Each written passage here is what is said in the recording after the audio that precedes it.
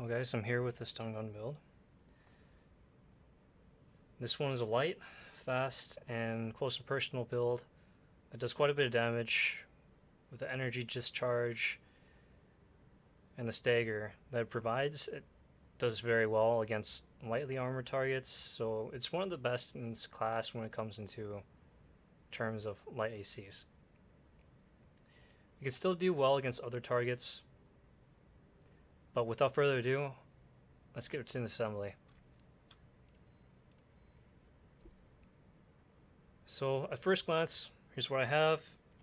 Here's the stats. Like I said, I'm running stun guns. Both hands. And then for the rear weapons, or back weapons, I went with the VP60s. The lighter versions, not the big triple ones. The reason why we went with these is because they have a quick reset time. The whole thing about this build is you want to be quick, relatively. The head doesn't really matter, this one's a user preference. I picked the shade eyes. There's better options for you that provide more AP, more stability, and other things. This was just my choice, just for aesthetic. Running down to the core, I went with the Albas. The Alba core is important for this build for two reasons. If we look here, it gives you the best QB energy consumption reduction for some of the lighter cores. For this build, it's between either this one or the Firmeza. It gives you more AP than the Firmeza as well. Another thing to point out about this one is it helps with your energy recharge delay as well. So the Elba is pretty much must here, at least for me. And then coming down more down the list, I'm with the VP46Ds. The VP46Ds give you a fair bit of firearm specialization, which is what you need to hit with these stun guns. You don't really need recoil control as much or anything like that. The main thing here is firearm specialization, and that these are also light. So this one covers it. Went with the VP46Ds.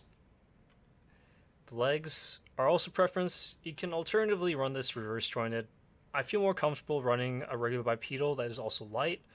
Again, these legs need to be light. So the options for this is either the Albas or the Firmeza legs, or either reverse joint legs that are light you can run. The boosters, I went with the Alulas. This one's also a must for this build. The reason being is it is one of the fastest boosters you can get, but also has quick jet duration to match up with this quick reload time, with only 0.05 second delay. Now with the quick jet duration mixed with energy recharge delay, you get a lot out of this. You can pretty much move all the time and dodge anything that you need to dodge, and catch up to your opponents easily. The FCS, I went with an all-rounder FCS. It's the FCS G2 P05. The emphasis is the medium range for the laser cannons in the back to make sure they hit, and then the close range also helps with the stun guns. And then with the generator, I went with the VP20C because it is light, has decent energy capability or capacity, and the energy firearm specialization helps a ton when you're talking about the laser cannons in the back. The expansion we went with the assault armor because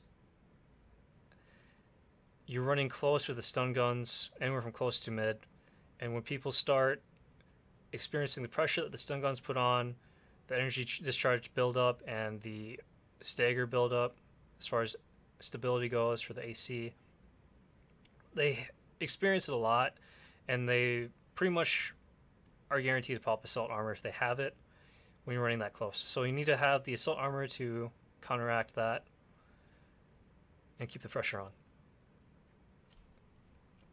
Okay, I'm going to go into a quick 1v1 and show you guys how this does.